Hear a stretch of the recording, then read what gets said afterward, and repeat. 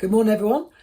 It's great to be with you this morning again, and we're in our Essential 100 series, a new series, journeying through 100 readings in the Bible that help us to put our focus back on Him. It's Monday, Wednesday and Friday, just between 5 and 10 minutes each day to turn our hearts, our minds and our focus upon Him. Because in life, we can easily get distracted and we can get pulled in all sorts of directions, and we can take our focus off Him. And that's the same with our faith journeys and in church life. Things can take us in all sorts of directions, but we can lose focus about what is the most important thing in life. And that is Jesus. And the Essential 100 in the book, it's 100 readings that help us to just spend some time to draw closer to Him, to hear from Him, and just to follow Him in our walks of faith. If you haven't already, get the book. It's only a couple of pounds on Amazon. But we're in day 2 today, and there's a prayer which was really nice actually. Right at the start, it says this: Father, in the midst of my busy, stressful life, I want to be still just for a few minutes so I can hear from you. So let's do that this morning. Let's hear from Him. So the title to today's study is Living Like Jesus. And many people spend a lifetime trying to figure out the answer to that question. What is life about? And the world teaches that if I have a bigger house, then I'll be happy. The world teaches that if you chase the dream, then you'll find fulfillment and you'll be completely happy if you have a bigger house.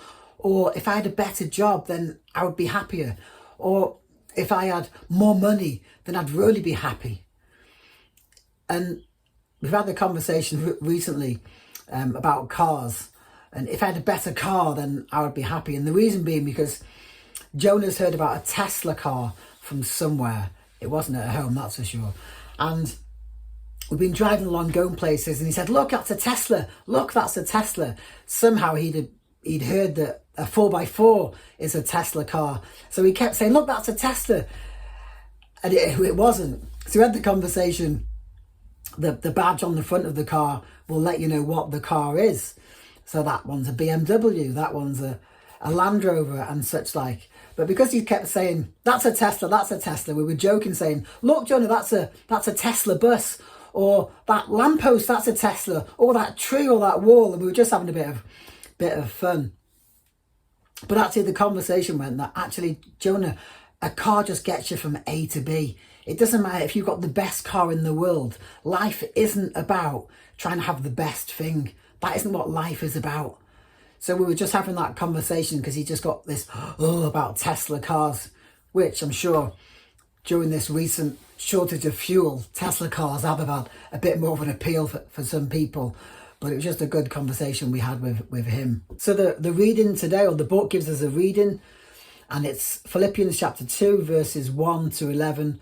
A very familiar passage to many people in church. And it's teaching us to live like Jesus. And I'm not going to read all the verses out, but just draw out a couple of verses that gives us some instructions of how we should live like Jesus. Verse 3 says this: do nothing out of selfish ambition or vain conceit. Rather, in humility, value others above yourselves. How do we live like Jesus? By valuing others above ourselves. Isn't that opposite to the way the world teaches it? It's all about me, and self. Well, Jesus teaches us to value others above ourselves. And he demonstrated that in his life. It wasn't just to go and do this. He lived it out. So we should follow his example. What impact would we have as a church of 100 or so people if we really put this into practice? And I know from seeing that demonstration in many of your lives that you do that. And I've learned from that.